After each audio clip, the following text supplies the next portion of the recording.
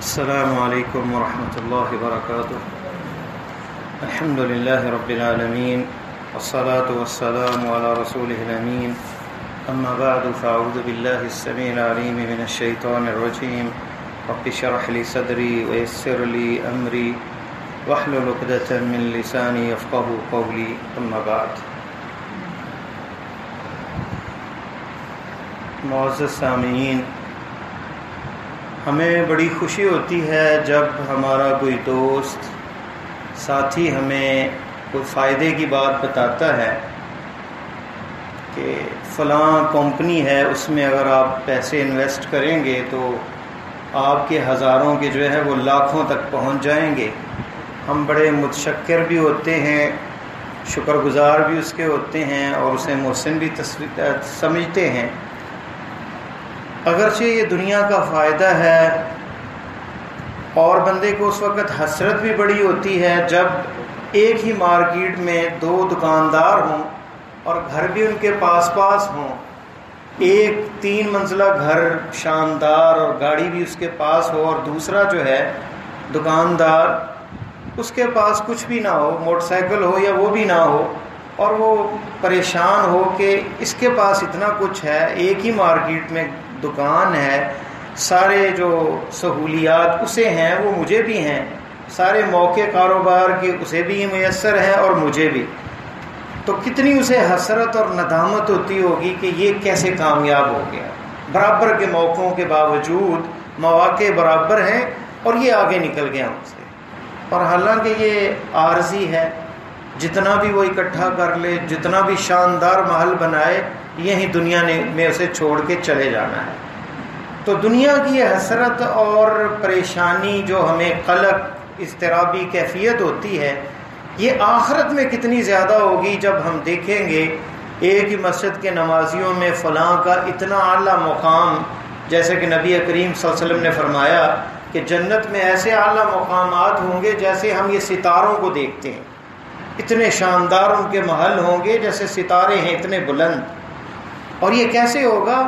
وہ عمل کے ساتھ، اپنے اس عمل کی حفاظت کے ساتھ. تو یہ دنیا جو ہے یہ ابتلا ہے اور ہمارے لیے یہ مزرعہ ہے، یہ آخرت کی کھیتی ہے. یہاں ہم جو بوئیں گے کل کاٹیں گے، اور آخرت کا اجر جو ہے وہ ہمیشہ ہے اور باقی رہنے والا ہے. دنیا کا جو بھی آپ کو مل جائے وہ ختم ہونے والا ہے. اس نے کل من علیہ فان، ہر چیز فانی ہے دنیا کی، لیکن آخرت کا اجر اور درجات، وللآخرۃ اکبر درجات، آخرت کے اس سے بڑے درجات ہیں جو ہمیشہ رہیں گے.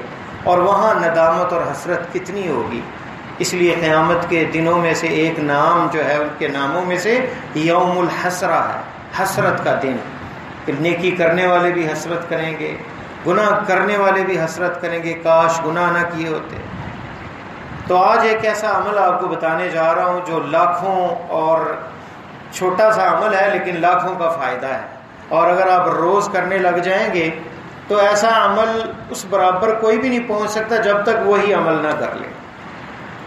ام ہانی رضی اللہ تعالی عنہا بنت ابی طالب، آپ کی چچا زاد بہن، یہ بوڑھی تھیں، عمر رسیدہ تھیں، بیٹھی تھیں.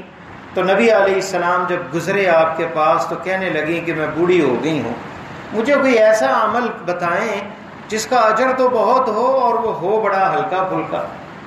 تو آپ صلی اللہ علیہ وسلم نے اسے فرمایا کہ تسبحین 100 تسبیحہ، 100 دفعہ سبحان اللہ کہنا.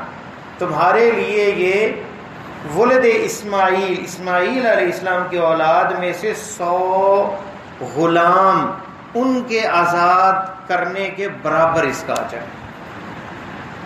تحمیدین 100 تحمیدہ، تحمیدین اللہ 100 تحمیدہ، 100 دفعہ الحمدللہ کہنا. اور اس کا اجر اتنا ہے گویا کہ 100 فرس، 100 گھوڑے، مسرجہ و ملجمہ، جس کے اوپر زین بھی رکھی ہوئی ہے اور اس کی جو ہے وہ اس کے منہ کے اندر نکیل بھی ڈالی ہوئی ہے.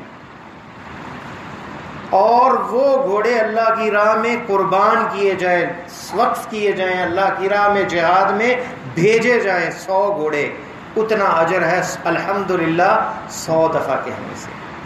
فرمایا کہ تکبرین اللہ 100 مرہ، 100 دفعہ اللہ اکبر کہنا ہے، اس کا اجر اتنا زیادہ ہے گویا 100 اونٹ ساز و سامان کے ساتھ اللہ کی راہ میں جہاد کے لیے وقف کیے ہیں۔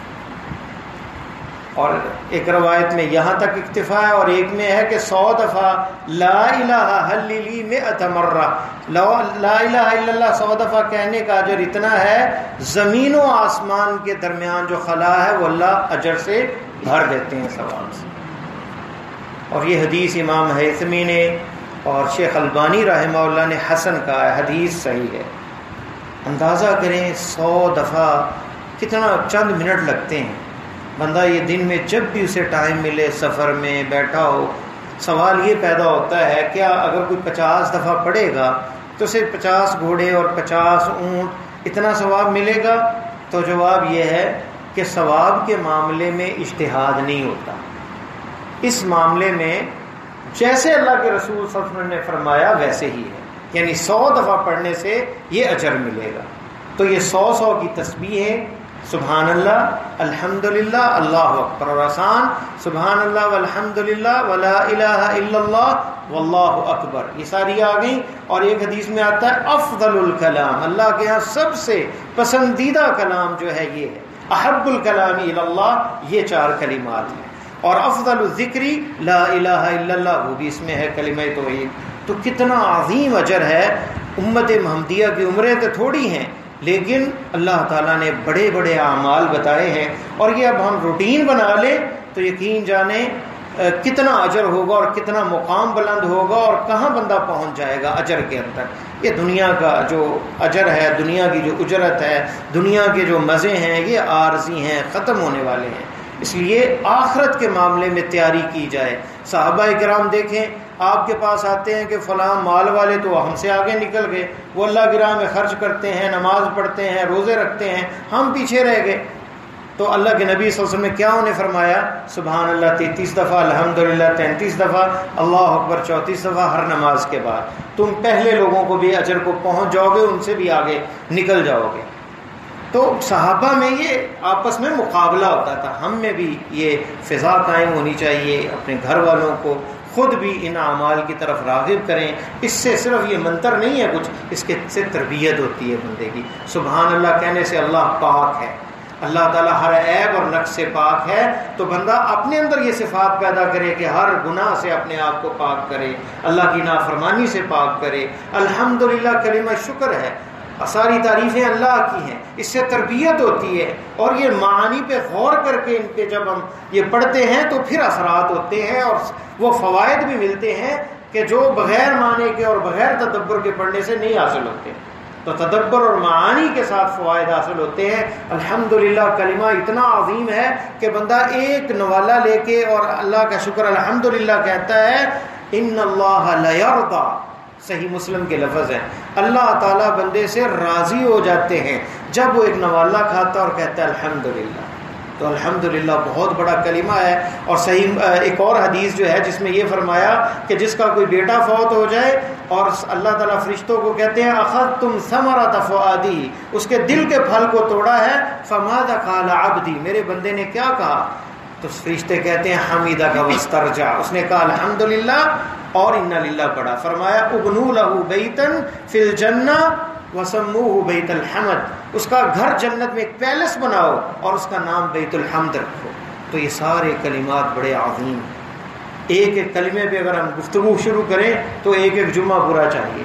اللہ تعالیٰ سے دعا ہے یہ کلمات، اس کے معانی کو سمجھنے اور اس پر عمل کرنے اور اسے اپنی زندگی میں جو ہے اپنانے کی ہمیں توفیق عطا فرمائے، اور خاتمہ اللہ ہمارا ایمان پہ فرمائے۔ سبحانک اللہم وبحمدک، اشہد ان لا الہ الا انت، استغفرک۔